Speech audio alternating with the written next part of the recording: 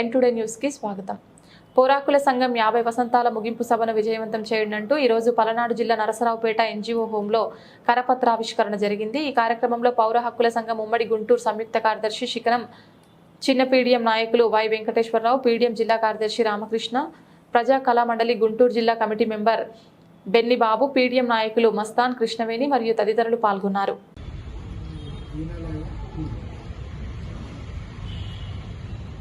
జయప్రదం చేయండి. ఈ నెల 9, 10 తేదీల్లో జరిగే పౌర హక్కుల మహాసభలను జయప్రదం చేయండి. 50 ఏళ్ల సందర్భంగా ఈ నెల 9, 10 తేదీల్లో జరిగే మహాసభలను జయప్రదం చేయండి. పౌర హక్కుల మహాసభలను జయప్రదం చేయండి. పౌర హక్కుల మహాసభను ఈ నెల 9, 10 తేదీల్లో జరిగే హైదరాబాద్ బాగలింగంపల్లిలో జరిగేటువంటి మహాసభను జయప్రదం చేయండి. పౌర హక్కుల మహాసభను జయప్రదం చేయండి. పౌర హక్కుల మహాసభను వర్ధిల్లాలి ప్రజా పోరాటాలు, వర్ధిల్లాలి హక్కుల పోరాటాలు, వర్ధిల్లాలి మహిళా పోరాటాలు.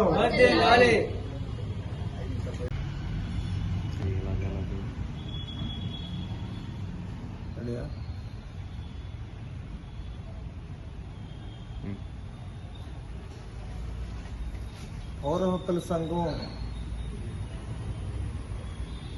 1970 డిసెంబర్ 23 శ్రీశ్రీ గారు కొంతమంది మేధావులు కలిసి అప్పుడు శ్రీకాకుళం సాయుధ రైతాంగ పోరాటంలో ప్రజల్ని రాజ్యం ఇబ్బందిగా జరగవెంగళరావు ప్రభుత్వం నక్సలైట్ పేరుతోటి కాలి చంపుతున్న దశలో మాట్లాడాల్సిన గొంతు మాట్లాడే అవసరం లేకుండా ఉన్న దశలో పౌర హక్కుల సంఘం ఒకటి ఏర్పాటు చేసి ఈ రాజ్యహింస మీద ప్రతిఘటన చేయాలని చెప్పేసి రాజ్యం చేసే దుర్మార్గమైనటువంటి చర్యలను ఖండించాలని పౌర హక్కుల సంఘం ఆ రోజు ఏర్పడింది.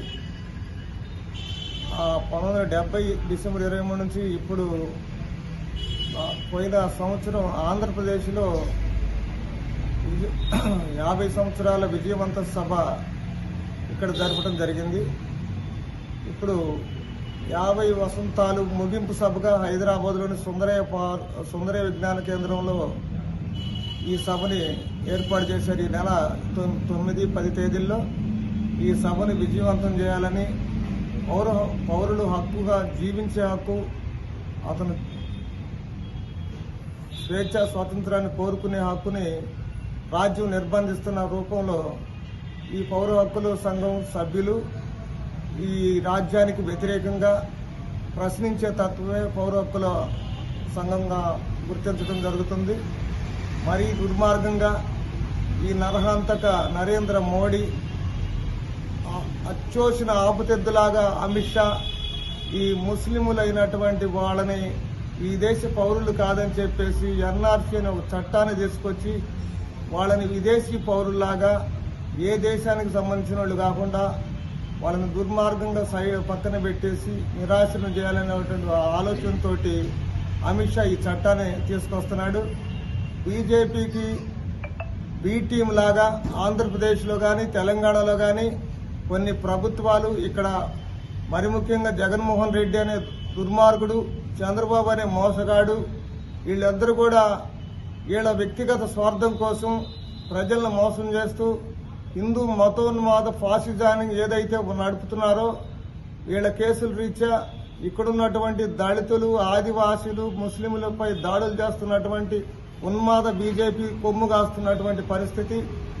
మేము ఒకటే అడగదలుచుకున్నాం, ఈ పాలక పార్టీలని సెక్యులర్ పార్టీలు అని చెప్పుకునేటువంటి తెలుగుదేశం కానీ వైఎస్ఆర్సీపీ కానీ వీళ్ళు నిజంగా సెక్యులర్ భావజాలం మీకుంటే ముందు ఈ క్రైస్తవుల పైన, ముస్లింల పైన, ఆదివాసీల పైన జరుగుతున్న దాడులను ఏ ఒక్కరైనా ఖండిస్తే మీకు ఈ ప్రజలు సపోర్ట్ చేస్తారు.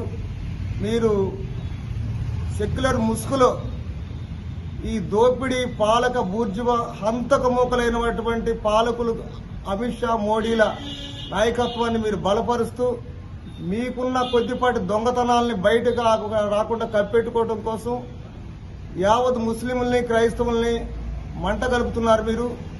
ఇట్లాంటి దుర్మార్గమైన చర్యల్ని ఈ క్రైస్తవులు కానీ, ముస్లింలు కానీ, ఆదివాసులు కానీ, గిరిజనులు కానీ మొత్తం కూడా ఈ పాలకుల్ని ప్రశ్నించాలి.